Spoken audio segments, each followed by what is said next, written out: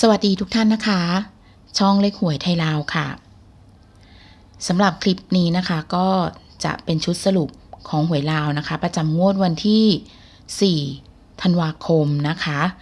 โดยรอบนี้ก็จะเป็นแนวทางตัวเลขจากสถิติเลขวิ่งนะคะที่คำนวณได้ของงวดนี้ในรอบนี้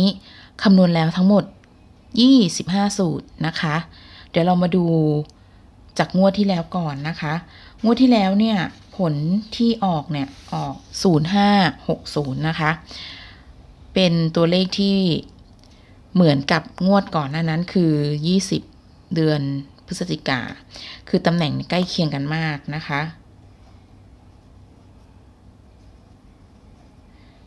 หลักพันกับหลักหน่วยเนี่ยซ้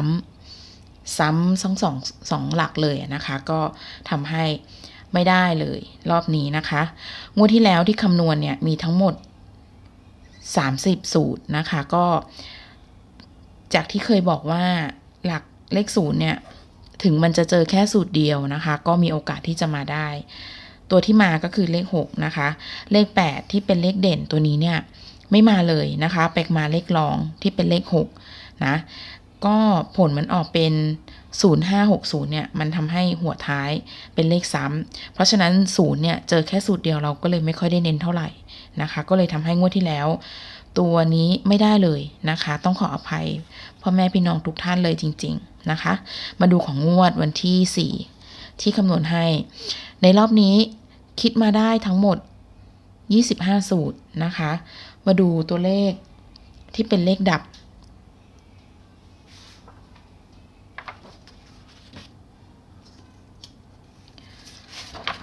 ดับของงวดที่แล้วนะดับของงวดนี้นะคะไม่ใช่งวดที่แล้ว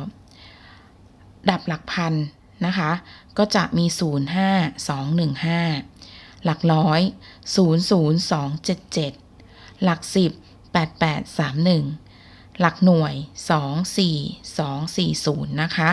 ตัวเลขที่ไฮไลท์สีชมพูตัวนี้เนี่ยเป็นสูตรที่หลุดจากงวดที่แล้วจะเห็นว่างวดที่แล้วนั้นหลุดเยอะมากนะคะก็จะมีสูตรที่หลักพันจะมีสูตรที่2กับสูตรที่5หลักร้อยก็จะมีสูตรที่2แล้วก็หลักหน่วยสูตรที่1นะคะหลักหน่วยสูตรนี้หลุดติดต่อกัน2งวดนะคะแต่ยังเอามาอ้างอิงอยู่นะแต่ว่าถ้าเกิดรอบหน้าหลุดอีกจริงๆจะทิ้งเลยนะคะขอแจ้งไว้ก่อนสำหรับสูตรนี้เดี๋ยวเรามาดูตัวเลขจาก25สูตรกันว่ามีตัวเลขอะไรบ้างจาก25สูตรนะคะที่เราเจอเลข4เลข0เลข6เลข7เลข2เลข3เลข1และเลข8 1 2 3 4 5 6 7 8ตัวเราไม่เจอเลข5กับไม่เจอเลข9นะคะระวังด้วยเพราะว่ามันไม่เจอเนี่ยไม่ใช่ว่าไม่มีโอกาสแต่เนาะเราก็เวลาเราคำนวณสูตรหรือคิดหวยเนี่ยเราก็จะอ้างอิงจากสิ่งที่เราเจอเท่านั้นถ้าไม่เจอเราก็ไม่ได้เอามาคิดมาดูเลข4เลข4เนี่ยมาทั้งหมด5เลข0เราเจอ2สูตรเลข6เราเจอ6เลข7เจอ1เลข2เราเจอ6เลข3เราเจอ3เลข1เจอ1เลข8เจอ1เพราะฉะนั้นถ้าจะให้บอกเลขเด่นงวดนี้นะคะ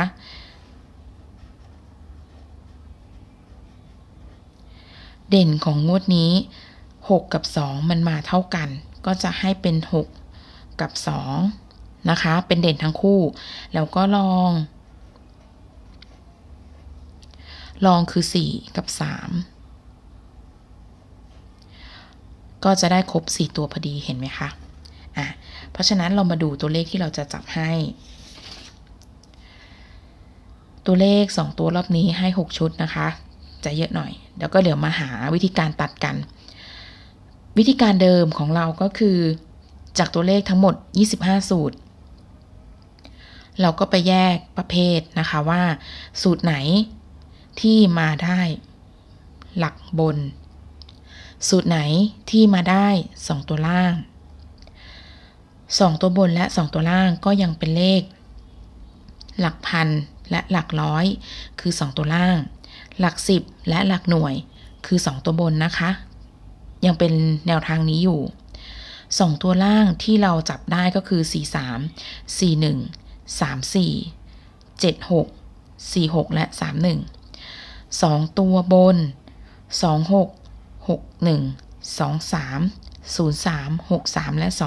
21จากตัวเลขเด่นนะคะแล้วก็ตัวเลข2ตัวบนล่าง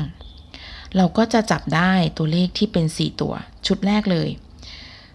เนื่องจากที่มันมีตัวเลขเด่นเนี่ย6 2 4 3นะคะชุดแรกที่เราจับมันก็จะเป็น4 3 2 6คือ43แล้วก็26แล้วชุดต่อมานะคะที่จับได้ก็คือเป็น4 1 6 3 4 1 6 3 3 4 6 1 7 6 2 1 4 6 0 3นะคะแล้วก็3 1 2 3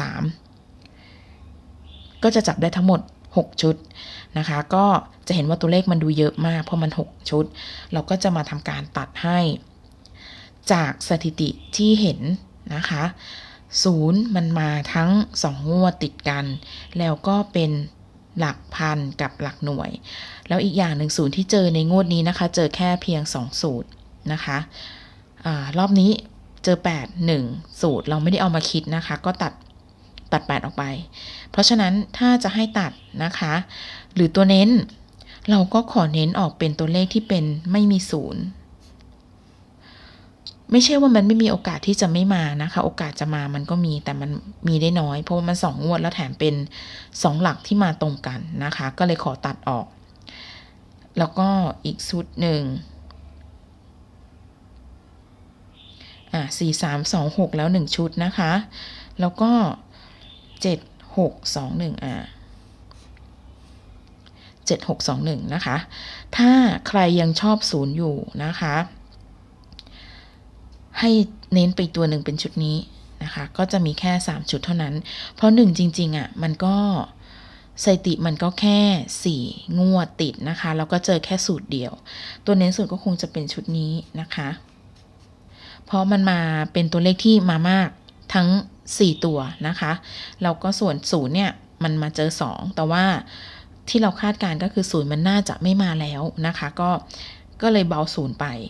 นะก็มาเน้นที่ตัวเป็นที่ไม่มี0ก็คือเป็น7 6 2 1ใครที่ชอบ1นะคะงวดนี้เนี่ยมันเจอแค่สูตรเดียวเนาะเราก็ไม่ค่อยอยากให้เน้นเท่าไหร่นะคะก็อันนี้เป็น3ดาวอันนี้เป็น2ดาวแล้วกันนะคะก็จะมีแค่2ชุดที่เป็นตัวเน้นนะส่วน2ตัวบนล่างก็เน้นตัวที่มันไม่มี0ก็ได้นะคะก็จะเป็น4 3 7 6 4 6นะคะ2ตัวบนก็จะมี2 6ที่เน้นให้2 1ประมาณนี้นะคะหรือถ้าเกิดใครชอบตัวอื่นก็สามารถ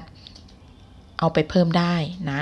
ก็จะมีเพียงเท่านี้สำหรับงวดนี้นะคะ2ชุดที่ฝากไว้ก็คือ4 3 2 6แล้วก็7 4 6 0 3และ7 6 2 1ตัวนี้ตัวแถมให้1ดอกจันจะได้รู้ตัวไหนเน้นมากเน้นน้อยเนาะเพราะถ้าเกิดดูจากตัวเลขดับด้วยเนี่ย0เองเนี่ยดับพันหลักดับร้อยแล้วก็ดับหน่วยด้วยเพราะฉะนั้นถ้าโอกาส0ที่จะมาเนี่ยก็คือจะมีแค่หลัก10นะคะ0นี้จะมา10ถ้ามีโอกาสนะก็จะมาหลัก10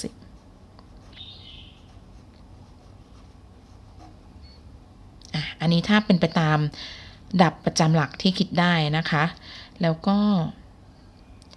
ถ้าใครจะดู1ก็ดับเยอะ1ก็ดับทั้ง2หลักเลยเพราะฉะนั้นถ้า1จะมาก็มาได้เฉพาะหลักร้อย1นะคะแต่มาก็หลักร้อย